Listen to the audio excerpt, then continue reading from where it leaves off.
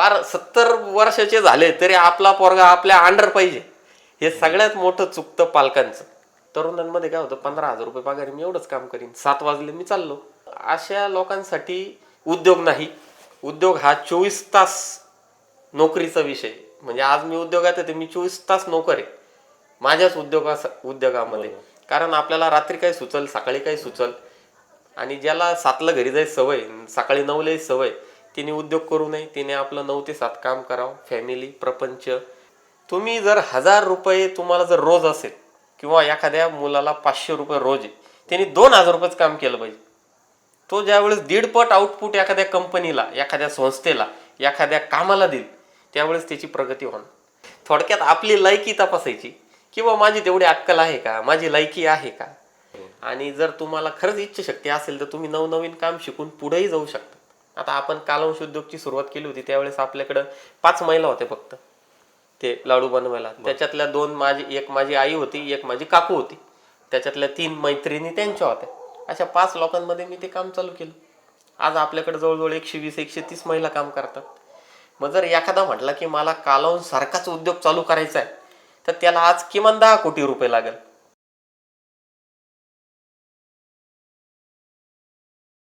मित्रांनो नमस्कार. आजच्या पॉडकास्टमध्ये तुमचं स्वागत आहे. बऱ्याच जणांना एक प्रश्न असतो, तो म्हणजे आपण नोकरी करावी की उद्योग करावा. कारण उद्योगामध्ये आपण बघतो की प्रगती खूप लवकर होते आणि नोकरीमध्ये आपल्याला एक स्टेबल इन्कम मिळतं, परंतु त्यामध्ये खूप आपल्याला संघर्ष करावा लागतो. खूप त्याचे परिणाम उशिरा दिसतात.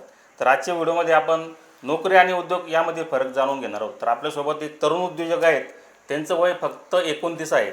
30व्या वयापर्यंत बरेच जण नोकरीच्या शोधात असतात. त्यांना कुठे ना कुठे नोकरी हवी असते, कारण त्यांचे बरेच स्वप्न त्यांना पूर्ण करायचे असतात. परंतु आपल्यासोबत जे उद्योजक आहेत त्यांनी अतिशय कमी कालावधीमध्ये, म्हणजे वयाच्या 22-23व्या वर्षी त्यांनी उद्योगात झेप घेतली आणि आज ते नामांकित उद्योजक म्हणून अख्ख्या महाराष्ट्रामध्ये प्रसिद्ध आहेत. तर आपल्यासोबत आहेत रोहित नितीन काले.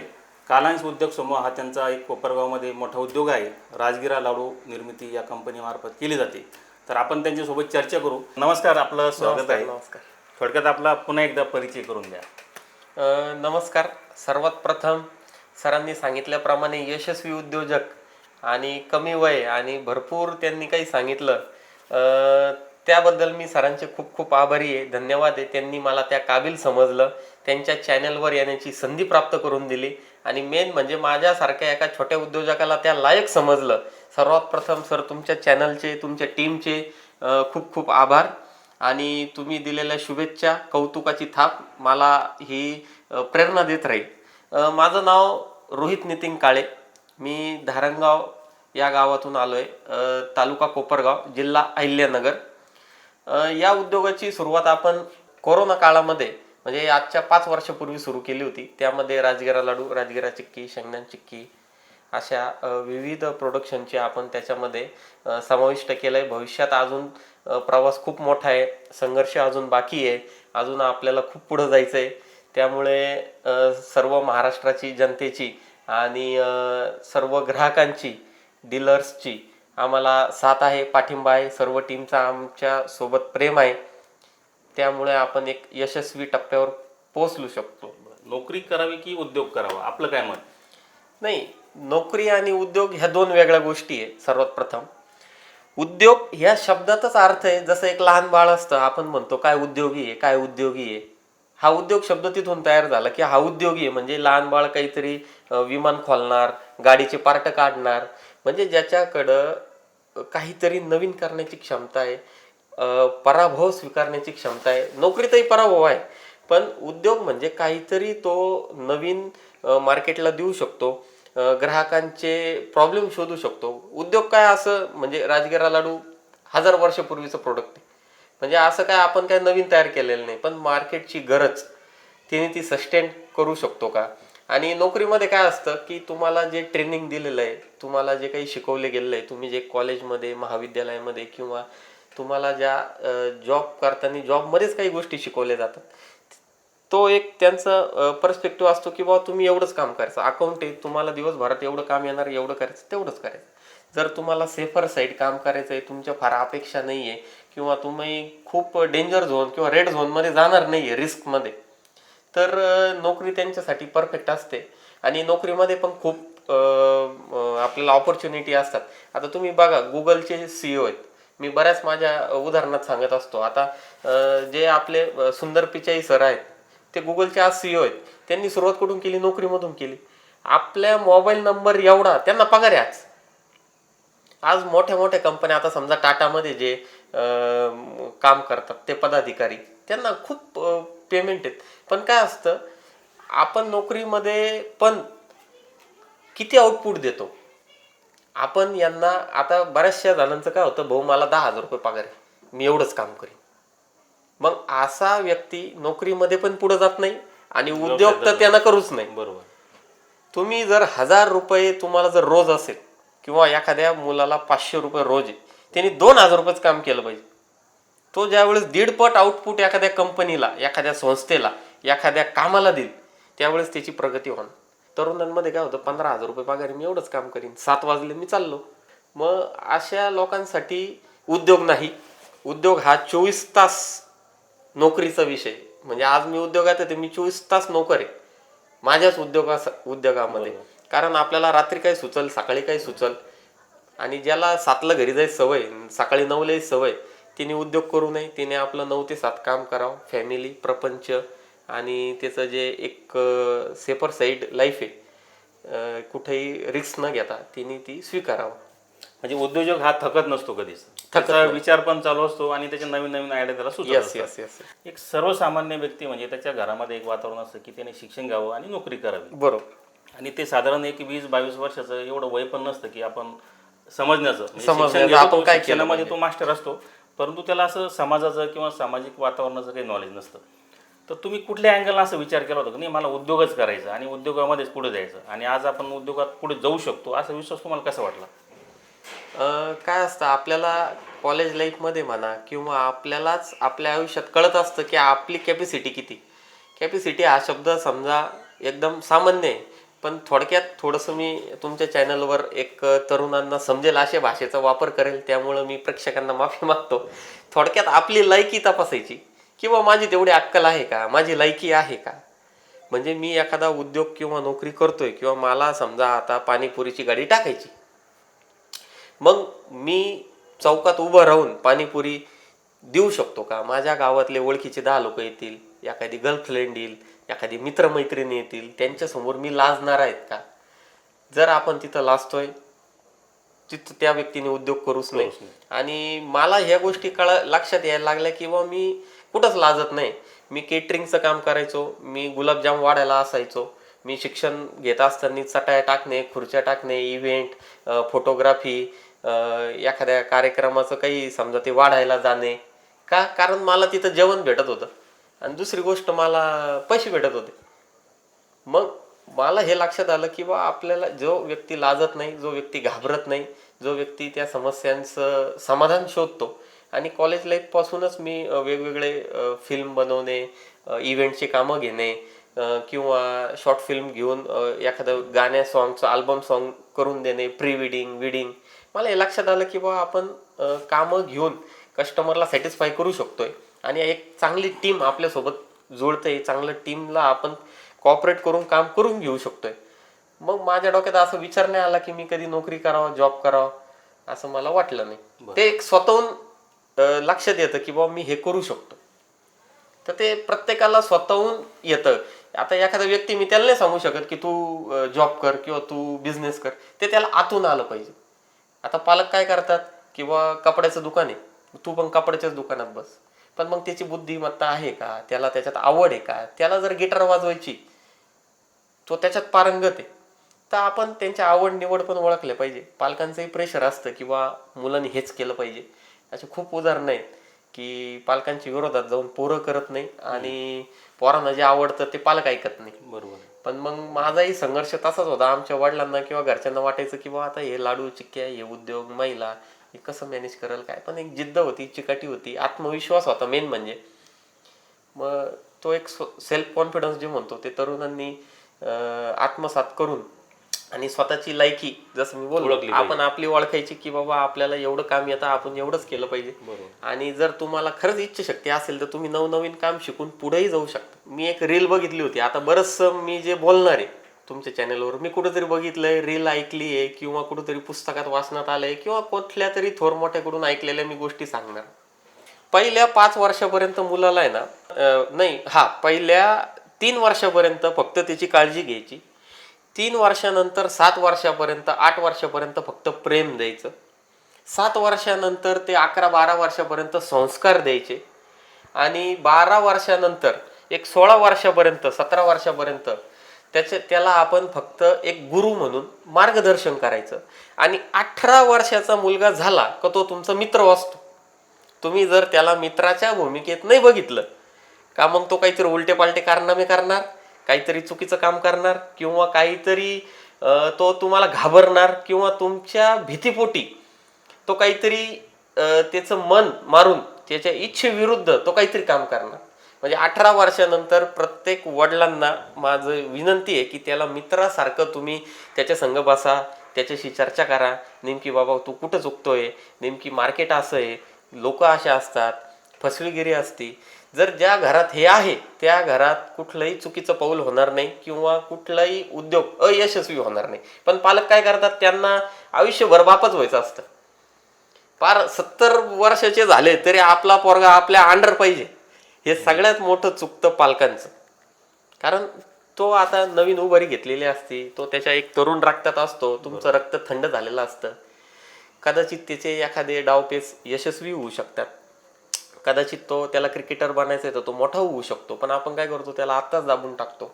आणि 18-19 वर्षानंतर त्याचं मित्रच बनलं पाहिजे. 17-18 पासून जर तो वडिलांच्या दबावात असला, तो समजा आता चोरून सिगरेटही पित असला, दारू पित असला तर मुलाला माहित नाही. पण जर 18 वर्ष बापाला माहित नाही, पण 18-19 वर्षानंतर त्याचं वडिलांचा मित्रही मैत्रीचं नातं झालं तर तिने एखादी सिगरेट ओढली, तो सांगेल कदाचित की पप्पा आज माझ्याकडून असं झालं, मी घेतली. पप्पानी म्हटलं पाहिजे ठीक आहे आज घेतली, आता पुढची घेताना 1 महिन्याने घे, हळूहळू त्याचं व्यसन सोडा. बरं, पण तुम्ही जर त्याला दडपण टाकलं आणि त्याला जर तुम्ही धाकात ठेवलं तर त्याची जी क्षमता आहे ती कमी होईल किंवा तो कुठेतरी भीतीपोटी हे व्यसन तर तो करणार फक्त लपून करणार.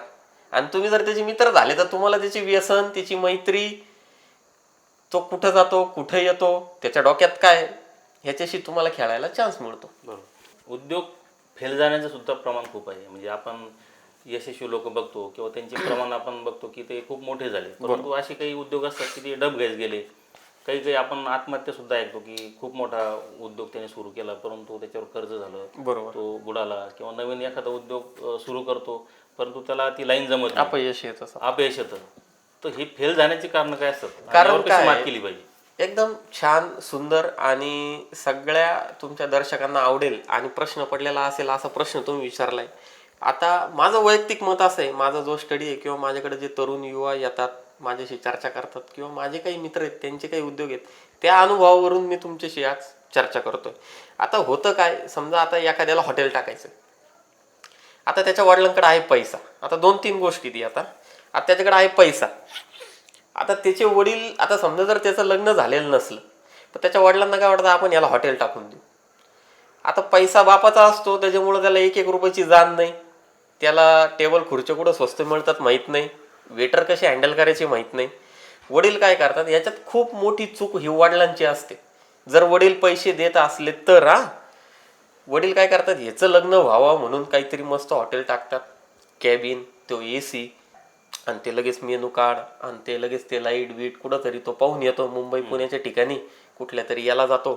काय होतं, हे स्टार्टअप पासून सुरू करत नाही.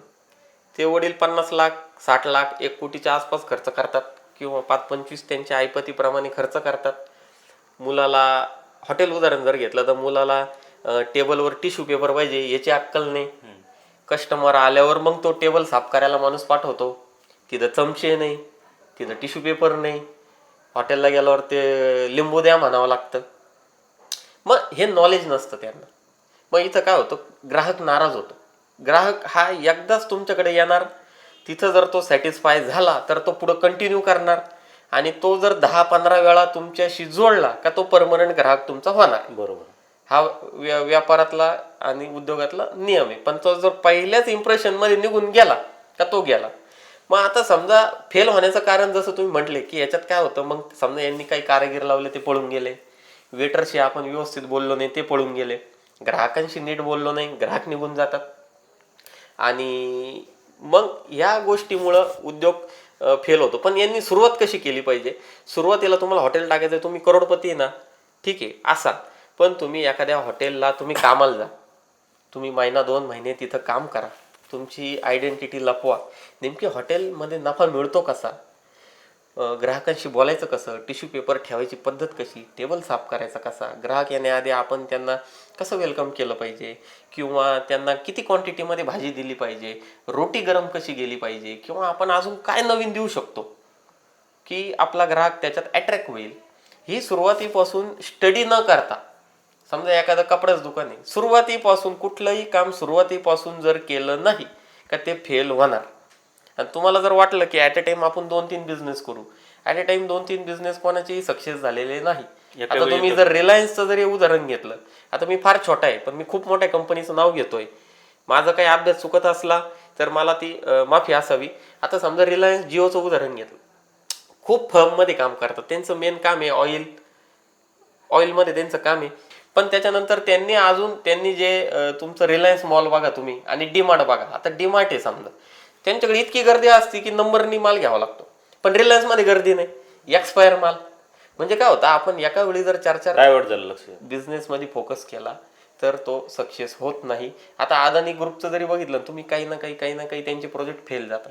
याचा अर्थ असा नाही की एक्सपेरिमेंट नाही केला पाहिजे, पण आपण जर नवीन आहे, आपण जर त्या क्षेत्रात नवीन आहे तर आपण ग्राउंड टू अर्थ गेलं पाहिजे, डायरेक्ट त्याला शॉर्टकट नाही. मी या मताचा आहे. आणि अशा चुकांमध्ये उद्योग आपला डब खायला जातो. ह्याच्यात काय होतं, करोडोची नुकसान होते, बापाचं प्रेशर वेगळं असतं, त्यांनी कर्ज कडून काढलेलं असतं ते प्रेशर वेगळं, आणि मुलं त्याच्यात निराश होतात. आणि ह्याच्यात चूक बापाची काय असते की त्यांनी आपल्या मुलाची अक्कल तपासली नाही, आपल्या पोराला चप्पल घालायची अक्कल नाही, हा कसे कपडे घालून फिरतो. मग याच्या हातात हा एवढा मोठा उद्योग देणं बरोबर आहे का. पालकांनी त्यांची बुद्धिमत्ता तपासली पाहिजे ना. इथं कुठं पालकांची पण चूक आहे. आणि ते लग्नाच्या नादामध्ये पण ते काय होतं, आता समजा आता हे आपलं ऑफिस जरा आत्ताशी आपण 5 वर्षानंतर ऑफिस जरा व्यवस्थित सुधारवलंय, हे काय करतात, यांचा उद्योग चालू नाही झाला का लगेच ते AC, लगेच ते काचेचं कॅबिन, जसं काय लगेच हे बॉस चेअर. म्हणजे काय होतं, आपल्या स्टाफशी संवाद नाही, आणि मग यांना लगेच असं वाटतं की मला रिस्पेक्ट भेटली पाहिजे. असं नाही होत. सुरुवात तुम्ही हळूहळू करा. ज्या गोष्टींपासून तुम्हाला जे मेन फोकस काय आहे, तुमचं क्वालिटी, तुमचं ब्रँडिंग, तुमचं डेडिकेशन, तुमचा स्टडी, ते ऑफिस आणि त्या गाड्यान ते लगेच ते काही गरज नाही. अति खर्च करू नये, अति तो खर्च फक्त करू नये. उद्योगालाच लावला पाहिजे आपण. हा, उद्योग जर सुरू करणं ही काही छोटी गोष्ट नसते, बरोबर. त्याला खूप भांडवल लागतं आणि पुढे रिस्क सुद्धा असते की आपण हा पैसा खर्च करतोय, बरोबर. तर हा पैसा जर भरून निघाला नाही तर आपलं आयुष्य उद्ध्वस्त होऊ शकतं, किंवा आपल्याकडची जी काही जमापुंजी आहे ती निघून जाऊ शकते. तर अशा वेळी काय करावं, म्हणजे तुमचा काय सल्ला राहील. हे बघा, जसं मी आता बोललो की छोटी सुरुवात करणं. आता समजा फॉर एक्झाम्पल असा कोणता उद्योग आहे तुम्हाला असं वाटतं की त्याला, आता जर तुमचा एखादा व्यक्ती बोलला मला जिओ सारखे टावर टाकायचे, आता त्याच्यासाठी माझ्याकडे इथं उत्तर नाही. जिओचे टावर टाकायचे तुम्हाला, मला सिम कार्डचा धंदा करायचा कोणता, किंवा मला माझं स्वतःच्या कंपनीचं सिम कार्ड असलं पाहिजे. या प्रश्नाला माझ्याकडे उत्तर नाही. हे भांडवल कसं आणायचं. मी कुठपर्यंत बोलू शकतो की तुम्हाला एखादं हॉटेल चालू करायचं, एखादं गॅरेज चालू करायचं, एखादं कपड्याचं दुकान चालू करायचं. जर आपला व्यक्ती जर म्हणतोय की मला एखादा सिमेंटचा कारखाना टाकायचा आहे, अंबुजा सिमेंट सारखं, तर हे स्टार्टअपचे लक्षण नाही. त्यांनी इकडं जाऊ पण नाही, कारण ते त्यांच्या 3-3 पिढ्या गेलेल्या असतात त्याच्यात. तर जसं तुम्ही म्हटले भांडवल, आता उद्योगाला फार काही भांडवल तसं कोणत्या उद्योगाला लागत नाही. सुरुवातीला तुम्ही समजा आता एखादं उदाहरण आपण घेतलं की त्याला एखादा व्यवसाय सुरू करायचा आहे, हॉटेल उदाहरण घेऊ आपण, तर त्यांनी सुरुवातीला भाडोत्री राहिलं पाहिजे. लगेच जमीन घेतली, प्लॉट घेतला किंवा ते रंगरंगोटी केली, काही गरज नाही. 10-12 हजार रुपयेमध्ये तुम्हाला चांगल्या स्पॉटला तुम्हाला एखादं छोटंसं हे भेटतं, गाळा भेटतो. एखादं तुम्हाला दुकान भेटतं, एखादं बंद पडलेलं आहे, तुम्ही एखाद्या दुकानाला अप्रोच होऊ शकतात.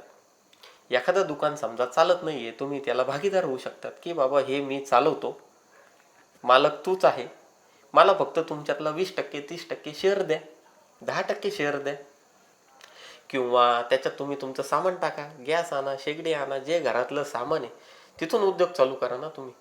तुम्हाला लगेच जर हॉटेल पाहिजे असलं लगेच ते 100 कोटी 50 कोटी ते काम करूही नाही आणि ते होणारही नाही, कारण त्याला जातात पिढ्यान पिढ्या. आता आपण कालवश उद्योगची सुरुवात केली होती त्यावेळेस आपल्याकडं 5 महिला होत्या फक्त ते लाडू बनवायला. त्याच्यातल्या 2 एक माझी आई होती, एक माझी काकू होती, त्याच्यातल्या 3 मैत्रिणी त्यांच्या होत्या. अशा 5 लोकांमध्ये मी ते काम चालू केलं. आज आपल्याकडे जवळजवळ 120-130 महिला काम करतात. मग जर एखादा म्हटला की मला कालवून सारखाच उद्योग चालू करायचा आहे तर त्याला आज किमान 10 कोटी रुपये लागेल. पण मी सुरुवात केली होती 20,000पासून. 5 वर्षापूर्वी 20-25 हजारापासून सुरू केलं होतं मी. पण जर आज तुम्ही ठरवलं की बा मला कालवंश उद्योग सारखाच उद्योग करायचा, त्याला 10 कोटी लागेल. मग त्यांनी हे ठरवलं पाहिजे की आपल्याला स्टेप बाय स्टेप जाणं गरजेचं. लगेच प्लॉट घेऊन, जमीन घेऊन, दुकान बांधून एवढं लगेच खर्च करून एक एक आपल्याला मशीन वाढवावं लागतात, एक एक गोष्टी वाढवावं लागतात. मग तरुणांनी तो संयम ठेवला पाहिजे, तो आत्मविश्वास ठेवला पाहिजे. आणि भांडवल म्हणजे काय, असं काय खूप भांडवल लागतं माझ्याकडं वडिलोपार्जित नाही, मम्मी नाही म्हणतीन, पप्पा नाही म्हणतात आणि पप्पा पैसेच देत नाही, हे उत्तर एकदम थोटांटे. त्याला सरळ वडिलांनी ना त्याला लात मारून आहे ना एखाद्या कामाला पाठवायचं. तिने वडिलांकडे पैसे मागायचं काही कारण नाही ना. उद्योग तुम्हाला करायचा आहे, तुम्ही तुमच्याकडे समजा 20,000 रुपये, तुमच्याकडे 25,000 रुपये नाही, तुम्ही 2 महिने कामाला जा, कोणाकडे हॉटेलमध्ये, बारमध्ये कामाला जा, कपड्याच्या दुकानात कामाला जा, ज्या क्षेत्रात उद्योग करायचा तिथं कामाला जा. 2 महिने काम केल्यानंतर तुम्हाला पैसे भेटणार, पगार. समजा 30,000 25,000 रुपये 2 महिन्याचे जर 25,000 रुपये भेटले 2 महिन्याचे, आपण 12,000 रुपये देऊ, त्याच्यातले 5,000 रुपये तुमचा खर्च होणार. समजा 20,000 रुपये तुमच्याकडे राहत आहे, 20,000पासून तुम्ही तुटकी मुटकी सुरुवात करा ना. तुम्हाला हॉटेल लाईन चालू करायची, तुम्ही चहापासून सुरू करा, मिसळपासून सुरू करा, पावभाजीपासून सुरू करा. त्या पावभाजीला काहीच लागत नाही. माझं तर आवडीचा धंदा आहे तो पावभाजी. तुम्हाला सांगतो सर, 20-30 रुपयाचा भाजीपाला, 30 रुपयाचा, आणि ते 5-5 रुपयाचे पाव. मी एक दिवस तिची कॉस्टिंग काढली, लय पैसे भेटतात त्याचे. पण आपल्या तरुणांना काय होतं की बोला लाज वाटते, नको नको वाटतं. आता याच्यामध्ये बऱ्याचदा काय होतं, याचा रोल कोणाचा आहे माहिती का, नातेवाईकांचा खूप रोल असतो. त्यांचं खूप लक्ष असतं की बाबा बघा त्याने काय सुरू केलं, काय असं काही करायची गरज आहे, ते मदत करणार नाही, मदत नाही करा, बरोबर. किंवा समाजामध्ये पण असे लोक असतात की ते हसतात. आता ही जी भीती आहे ना प्रत्येक तरुणाच्या मनात असते, बरोबर. ही भीती काढण्यासाठी काय करावं बरं? म्हणजे असं आपण बऱ्याचदा म्हणतो की नाही ते काय लाजायचं, लोकांना काय हे करायचं, पण ज्यावेळेस तू करायला लागतो त्याला आपोआप फील येतं की नाही आपण हे करायला पाहिजे. काय वाटतं तुम्हाला? 8 दिवस 10 दिवस त्रास होईल, पण त्याच्यानंतर त्यांनी हा विचार केला पाहिजे की आपण ज्या लोकांना घाबरतोय किंवा ज्या लोकांना लाजतोय ते लोक आपलं घर चालवणार आहेत का. आता समजा मला आयफोन घ्यायचा, मला गाडी घ्यायची, ज्या लोकांना आपण लाजतोय ते लोक आपल्याला पैसे देणार आहेत का, आपले स्वप्न ते पूर्ण करणार आहेत का. या जगात आपले स्वप्न फक्त आपल्यालाच पूर्ण करायचे, दुसरा बाहेरून कोणी येणार नाही आणि तुमचे स्वप्न पूर्ण करायला तो काही रिकामा नाही.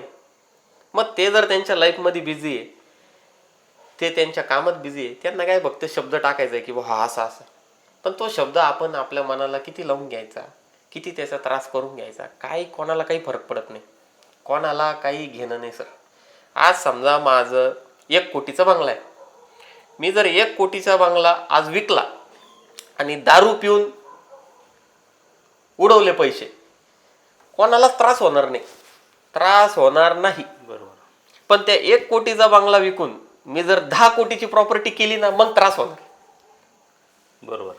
म्हणजे तुमच्या अपयशात त्यांना त्रास होत नाही, गरिबीत त्रास होत नाही. समजा आज तुम्ही गरीब आहे, गरीबाचे दुश्मन नसतात, गरीबाचे कोणीही दुश्मन नाही.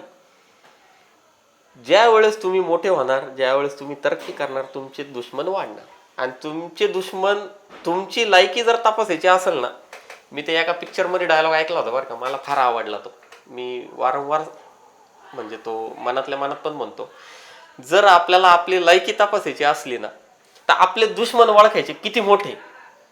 समजा आमदार माझा दुश्मन आहे, तेवढा मोठा मी. मंत्री माझा दुश्मन आहे तेवढा मोठा मी. माझा दुश्मन कोण आहे? ज्याचं घर पत्र्याचं आहे, पत्रे गळत्या, त्याच्या घरात शेंगदाण्याचे डबे कुडकुड वाजत्या, त्याच्या गाडीत कधी पेट्रोल नसतं, तो दुश्मन माझा आहे. त्याचं काय करायचं?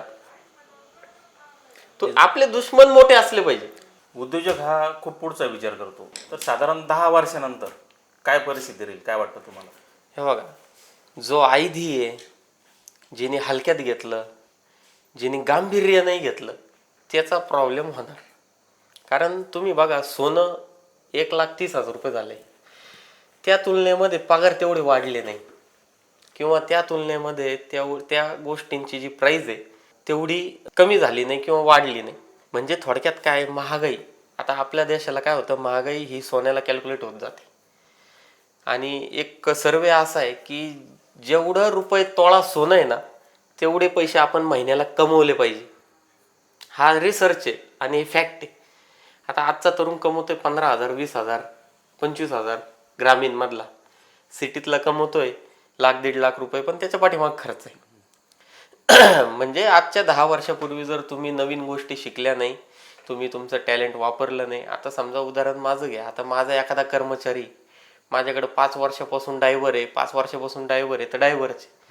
जर त्याला पैसे मोजता येत नाही, त्याला त्याची स्वतःची अक्कल नाही, त्याला टायरचं पंक्चर काढता येत नाही, त्याला आज जर 10,000 12,000 रुपये पगार आहे, तर त्याला मी अजून 2 वर्ष तेवढंच देणार. हा, पण त्यांनी जर मला सांगितलं की शेट, मी अशा अशा ठिकाणी गेलतो, चहा प्यायला थांबलो होतो, त्याला मी मालाचं प्रेझेंटेशन दिलं, त्याला 2 गोण्या पाहिजे, त्यांनी माझा सेल वाढवून दिला, त्यांनी त्याचं काहीतरी स्किल वापरलं.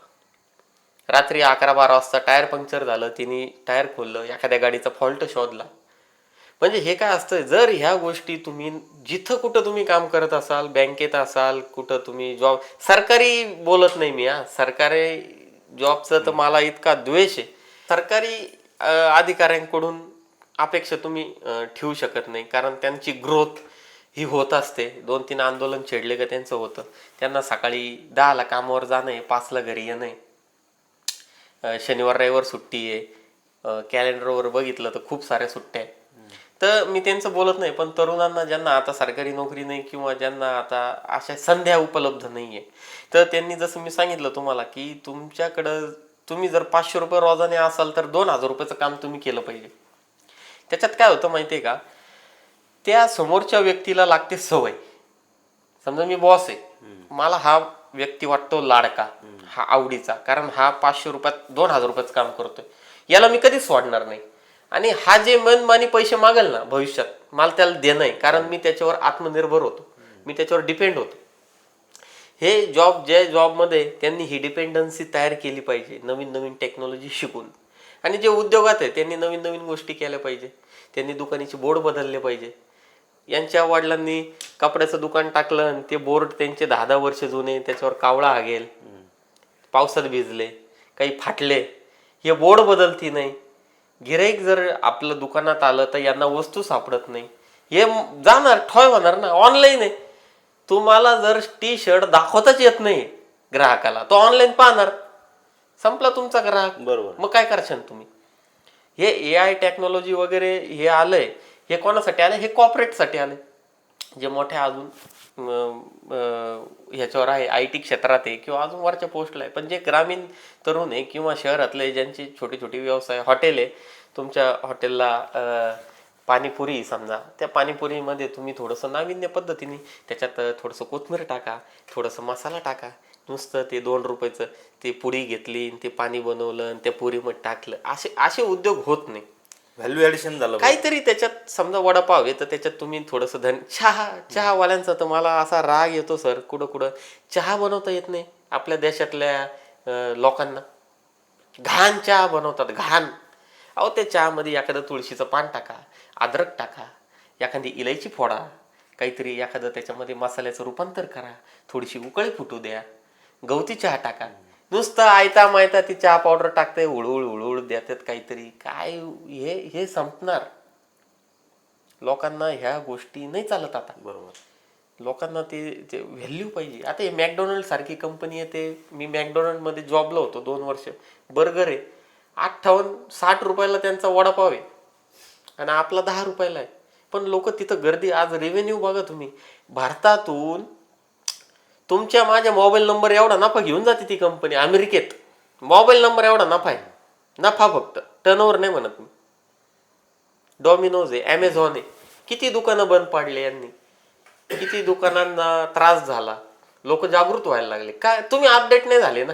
तुम्ही तेच तोंडात गुटखा, ब ब ब ब ब मुतायला जातील, थुकायला जातील, उठायला जातील, मौतीला जातील, दहाव्याला जातील, लग्नाला जातील. एखादं गिऱ्हाईक आलं तुम्ही काय म्हणशाल, नाही नाही मी आज 10व्याला आहे, मला आज दुकान नाही जमणार, आज रविवार आहे, असं तोंडवर करून बोलतात लोक. मग हे 10 वर्षात ह्याची चाळणी तयार होणार आणि हे असे भंगार क्वालिटीचे हे 10 वर्षात सगळे ठॉय होणार. हॉटेल लाईन सुद्धा, ज्यांचं हॉटेलला सुद्धा म्हणजे प्रोफेशनल, अहो द्या ना तुम्ही 10 रुपयामध्ये दोन काकड्या येतात. अहो 10 रुपये हॉटेल लाईन मध्ये सर 1000-1500 रुपयाचं बिल होणार आहे. अहो द्या ना त्याला 2-3 टमाटे, एखादं टमाटर कापा, एखादी काकडी कापा, एखादा मुळा द्या. अहो तोच कांदा लिंबू द्यायला जीवार जीवार जीवार येतं त्यांना. कांदा लिंबू द्यायचं म्हटल्यावर उन्हाळ्याचा सीझन, एखादं बीट ठेवा, लोक अट्रॅक्ट होतात. तुम्ही त्यांना एखादं कॉम्प्लिमेंटरी ज्यूस बनवून द्या. 10-20 रुपयाची वस्तू असते, पण ते सुद्धा द्यायला त्यांना इतकं जीवावर येतं जसं काय त्यांची प्रॉपर्टी मागितली आपण. म्हणजे या सगळ्या गोष्टी 10 वर्षानंतर ठॉय होणार आणि हे भंगार क्वालिटीचे सगळे लोक नाही, जो नवीन दिन तिथं निघून जाणार. बरोबर. तर प्रत्येक व्यक्ती ज्यावेळी यश मिळवतो तर त्यांच्या पुढे काहीतरी प्रेरणा असते किंवा एखादी प्रेरणादायी व्यक्ती असते, काहींचे ते पुस्तकं वाचतात किंवा त्यांच्या जीवनाचा त्यांच्यावर प्रभाव झालेला असतो. तुमच्या आयुष्यामध्ये असा कुठला प्रसंग होता किंवा कुठल्या अशा व्यक्ती आहेत की ज्यामुळे तुमचं जीवन बदललं? आता माझ्या आयुष्यात असे 2 व्यक्ती आहेत. एक व्यक्ती म्हणजे मी आपले रजनीशजी ओशोय, त्यांना मी फॉलो करतो, त्यांचं बघतो, त्यांचे विचार मला पटतात. म्हणजे त्या व्यक्तीचं मला कौतुक असं करायचं आहे सर, सांगतो तुम्हाला. भारतीय व्यक्ती अमेरिकेत जाऊन त्यांनी त्याचं स्वतःचा एक राष्ट्र तयार केलं. अमेरिका आपल्याला नुसतं फिरायला येऊ देत नाही, बिझनेस करायला येऊ देत नाही.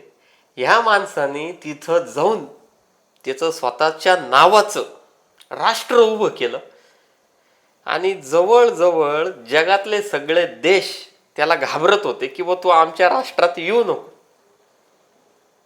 अमेरिकेसारख्या देशाला त्यांनी घाम फोडला त्यांच्या विचारांनी. आणि भारतात झाड एक उद्योगासारखं किंवा एका माणसासारखं आहे की त्याला उन्हात पावसात थंडीत भिजावं लागतं. जोपर्यंत ते झाड उन्हात पावसात थंडीत याच्यात भिजत नाही, असंख्य धूळ वातावरणाचे चटके सोसत नाही, तोपर्यंत ते मोठं होत नाही. आणि त्या झाडाला सुद्धा फळ येण्यासाठी काही काळ द्यावा लागतो. उद्योग असाच आहे, तुम्हाला लगेच म्हणजे आंब्याचं झाड लावलं आणि दुसऱ्या दिवशी आंबे घ्यायला गेले तसं होत. उद्योग पण असाच आहे की तुम्हाला त्याची प्रतीक्षा करावं लागेल, त्याला खत पाणी टाकावं लागेल.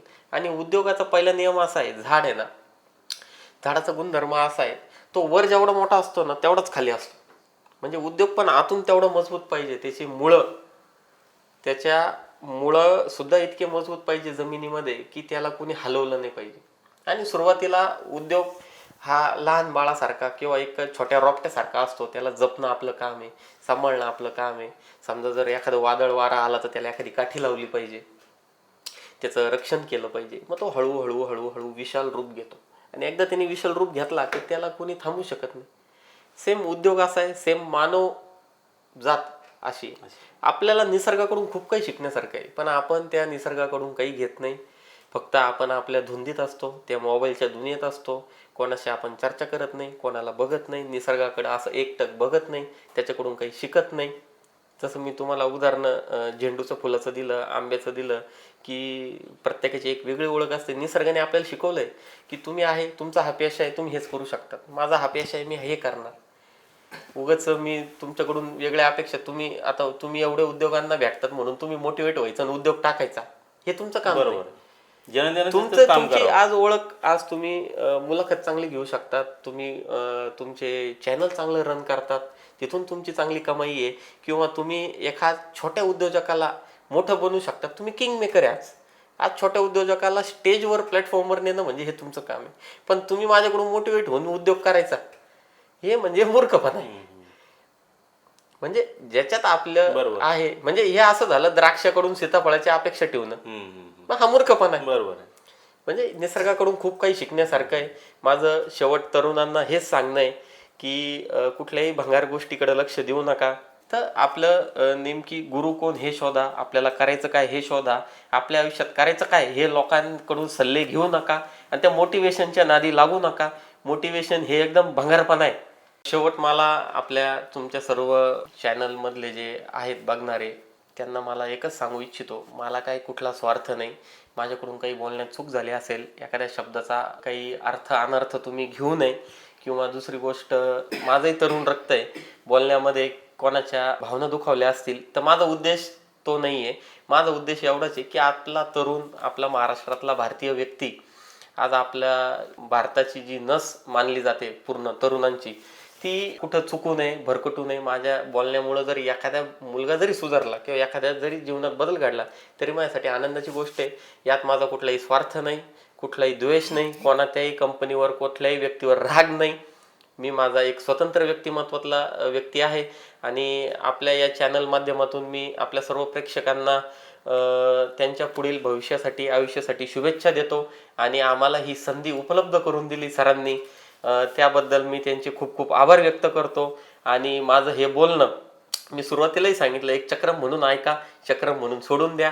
जे आवडल ते घ्या, जे नाही आवडल ते सोडून द्या. जास्त काही विचार करू नका. सरांच्या चॅनलला लाईक करा, शेअर करा. तुम्हाला जर खरंच काही माझं चांगलं वाटलं असेल तर निश्चित कमेंट करा. कमेंट केल्यामुळं मी जे काही बोलतो ते बरोबर आहे का हे मला कळेल. मी काय खूप प्रोफेशनल बोलणारा वक्ता नाही, पण माझ्या मनातल्या भावना आज सरांमुळं मी या ऑन कॅमेऱ्यामध्ये मांडल्या आहेत. त्याबद्दल सरांचे, संपूर्ण टीमचे खूप खूप धन्यवाद, आभार. धन्यवाद आपले. खरं म्हटलं तर आपण खूप वेळ दिला.